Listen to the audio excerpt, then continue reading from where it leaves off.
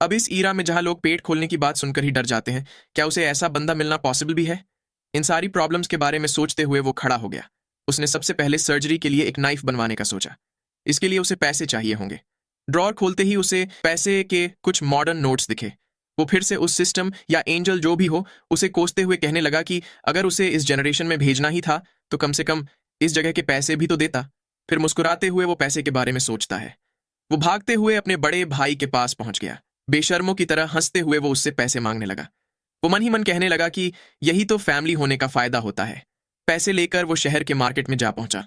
वो यहां पर इतने सारे लोग देखकर सरप्राइज हो जाता है। उसे वहां बहुत सारी अलग अलग चीजों की स्टोर्स दिखती है, लेकिन काफी घूमने पर भी उसे कहीं डंपलिंग की स्टोर नहीं दिखाई देती। वो सोचने लगा कि वो चाइना में ही है ना। उसने जाकर एक लेडी से डंपलिंग के बारे में पूछा तो वो पूछने लगी कि डंपलिंग क्या होता है। उसने एक दूसरे स्टोर पे जांच की तो वो आदमी भी कहने लगा कि उसने डंपलिंग के बारे में कभी नहीं सुना। उन लोगों की बातें सुनकर वोनवा को अजीब फील होता है, क्योंकि डंपलिंग तो चाइना का ट्रेडिशनल खाना है।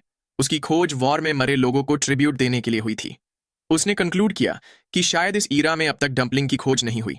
वो अफसोस जताते हुए कहने लगा कि तभी इस बॉडी के पास डंपलिंग खाने की मेमोरी नहीं है। वो अपने प्यारे डंपलिंग को याद करते हुए कहता है कि उसे थोड़ा मीट खाना है, क्योंकि जब से वो यहां आया था उसने बस सब्जियां ही खाई थी।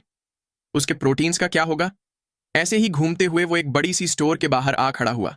उसे देख वो सोचने लगा कि क्या ये एक क्लिनिक है? स्टोर के अंदर जाते हुए उसने पूछा कि क्या कोई है यहाँ? वहां रखे अर्ब्स को देखकर वो सोचता है कि यहां आते हुए उसने रास्ते में ब्लैकस्मिथ से सर्जरी नाइफ बनवाने की रिक्वेस्ट कर दी है, तो अब बस एनेस्थीसिया की ही प्रॉब्लम बची है। वो स्टोर ओनर से एक ऐसी हर्बल मेडिसिन मांगने लगा जो कि थोड़ी देर के लिए किसी को पैरालाइज कर सके और बाद में नॉर्मल हो जाए। ओनर उसे बताता है कि पॉइजन को थोड़े डोज में लेकर बॉडी को कुछ देर तक पैरालाइज किया जा सकता है। वो बाद में नॉर्मल भी हो जाएगा, लेकिन उसको अगर केयरफुली यूज ना किया जाए तो वो काफी डेंजरस हो सकता है। इसलिए वो लोग ऐसे पॉइजनस वीड्स अपने क्लिनिक में नहीं रखते। उसने आगे वोनवा से पूछा कि उसे ऐसे पॉइजनस वीड्स क्यों चाहिए। वोनवा ने कहा कि उसे उनकी थोड़ी जरूरत है।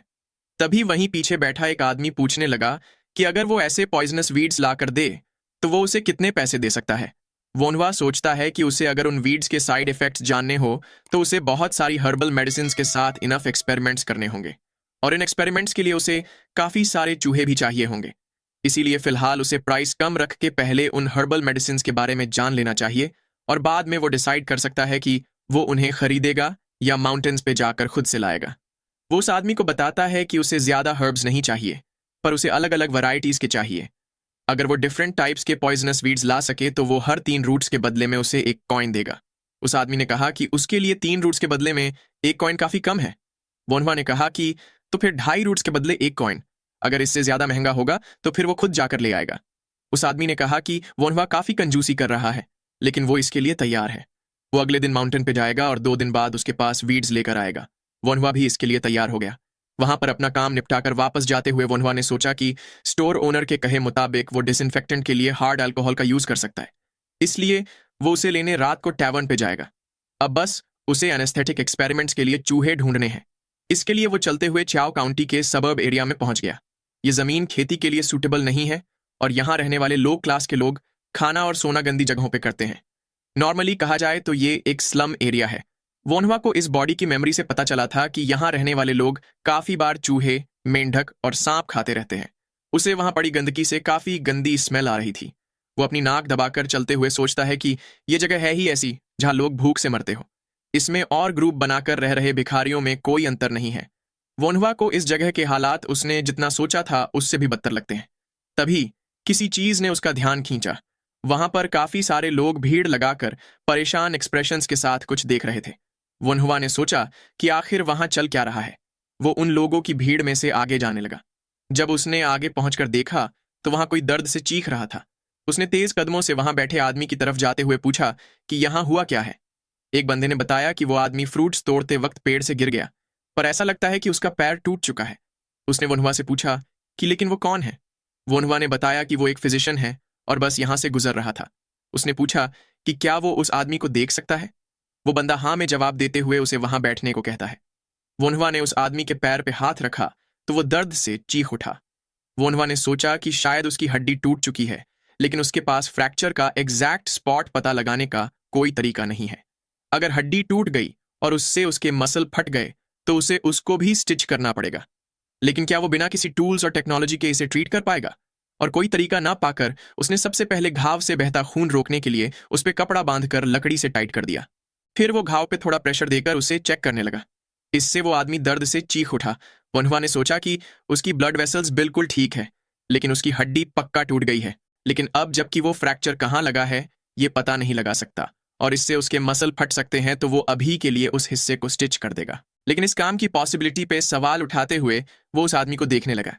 उसका बच्चा और बीवी वहीं बैठकर काफी परेशान दिख रहे थे। उन्हें देखकर वनहुआ ने गहरी सांस ली और कहा कि ये करने के अलावा उसके पास और कोई चारा नहीं है। वो अपने पीछे खड़े आदमी से थोड़ा बर्फ वाला पानी, क्लीन टॉवल और कुछ कपड़े लाने के लिए रिक्वेस्ट करता है। एक बंदा पूछने लगा कि ये बर्फ क्या होता है। दूसरा बंदा कहने लगा कि अभी तो विंटर शुरू भी नहीं हुआ, तो आइस वाटर कहाँ से मिलेगा। वनहुआ को अपनी सिचुएशन का अंदाजा हुआ, क्योंकि इस ईरा में तो फ्रिज था ही नहीं, और ऊपर से ये एक स्लम एरिया है, इसलिए उसे ज्यादा उम्मीद नहीं रखनी चाहिए।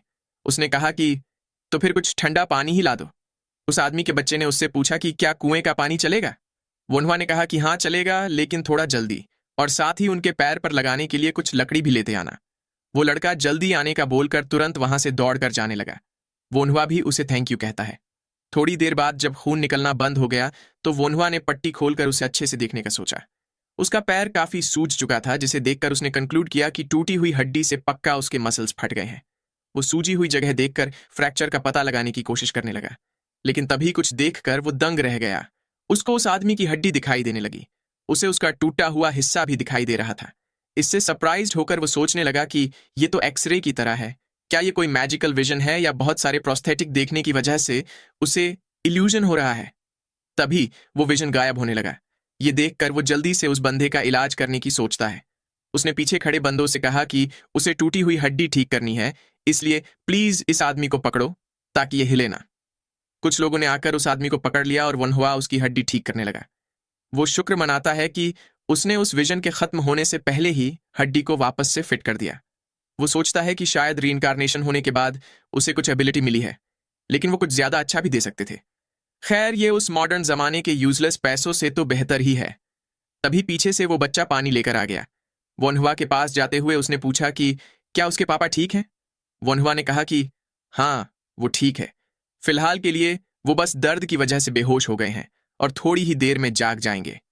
उसने नीडल निकालते हुए सोचा कि अच्छा हुआ कि ये बेहोश हो गया। फिर वो उस आदमी के घाव की स्टिचिंग करने लगा। सारे लोग उसे घाव की कपड़ों की तरह सिलाई करते देख दंग रह जाते हैं। बिना किसी सर्जिकल नीडल के और जल्दबाजी में होने के बावजूद भी सब कुछ अच्छे से हो गया।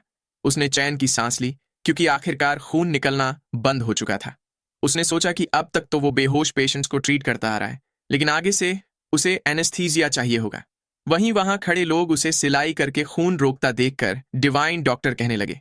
वहीं एक बूढ़ा आदमी उसकी मेथड्स देखकर सोचने लगा कि क्या यह पॉसिबल भी है, क्योंकि बचपन में उसका पैर टूट गया था, लेकिन अच्छे से इलाज ना हो पाने की वजह से वो अभी भी अपना एक पैर यूज नहीं कर सकता। वो लड़का इतना यंग होकर भी वाकई ग्रेट है। भीड़ में से एक आदमी ने वनहुआ को सर कहते हुए पूछा कि वो उनके विलेज में क्यों आया था। वनहुआ भी अपनी यहाँ आने की असली वजह याद करते हुए पूछने लगा कि क्या वो कुछ चूहे खरीद सकता है। उसकी इस अजीब रिक्वेस्ट पे लोग हैरान रह गए, और वो आदमी पूछने लगा कि वनहुआ उन चूहों का क्या करेगा और उसे कितने चूहे चाहिए। वनहुआ ने बताया कि उसे उनका कुछ काम है और वो 20 चूहे खरीदने की सोच रहा है।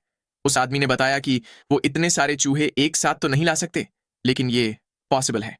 वो मुस्कुराते हुए उससे प्राइस पूछ ही रहा था कि तभी वो बच्चा चिल्लाते हुए कहता है कि वो उसके लिए चूहे पकड़ लाएगा, लेकिन इसके बदले वो अपने पापा के इलाज पे डिस्काउंट चाहता है। उसे देखकर बाकी के आदमी चिढ़कर मुंह बनाते हुए जाने लगते हैं। वनहुआ ने मन ही मन सोचा कि वो वैसे भी ट्रीटमेंट के पैसे नहीं लेने वाला था। फिर उसने उस लड़के से पूछा कि उसे इसमें कितना टाइम लगेगा। लड़के ने बताया कि ज्यादा नहीं, पर तकरीबन 4 दिन लगेंगे। वनहुआ भी इसके लिए तैयार हो जाता है और बताता है कि वो 4 दिन बाद वापस आएगा। वो आगे उस लड़के को उसके पापा का ख्याल रखने के लिए सब कुछ एक्सप्लेन करने लगता है। वो लड़का भी ध्यान से पूरे इंटरेस्ट के साथ उसकी बात सुनने लगा। सब कुछ समझ लेने के बाद उसने कहा कि वो अपनी पूरी कोशिश करेगा। वनहुआ वहां से जाते हुए उसे बताता है कि उसके पापा पक्का ठीक हो जाएंगे। लड़के ने भी कहा कि ऑफ कोर्स, क्योंकि आखिरकार उन्हें वनहुआ ने जो ट्रीट किया है। वापस लौटते वक्त वो ब्लैकस्मिथ की स्टोर पे रुककर अपना रिक्वेस्ट किया हुआ नाइफ लेने लगता है। नाइफ से ज्यादा इंप्रेस ना होते हुए उसने सोचा कि ये सर्जिकल नाइफ से थोड़ा मोटा है, लेकिन फिर भी ये चल जाएगा। थोड़ी देर बाद वोनहुआ एक चमचमाती स्टोर के आगे खड़ा सोचता है कि अब उसे डिसइंफेक्टेंट चाहिए और उसे बताया गया था कि उसे वो हार्ड लिकर स्टोर पे मिल जाएगा।